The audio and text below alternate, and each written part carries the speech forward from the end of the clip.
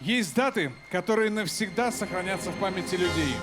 Они не просто обозначают события, они говорят о подвиге целых поколений.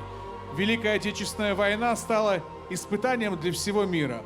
Она проверила народы на стойкость, на верность Родине. Среди тех, кто сражался за победу, были тысячи абхазов.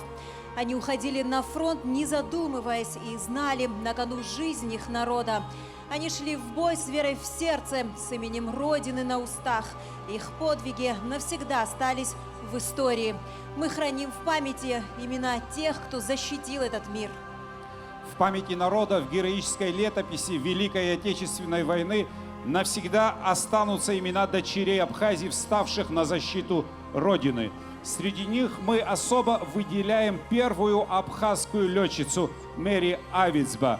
Мэри Авицба принимала участие в обороне Кавказа, освобождении Крыма, Белоруссии, Польши, разгроме врага на территории Германии. За время войны совершила почти 500 боевых вылетов.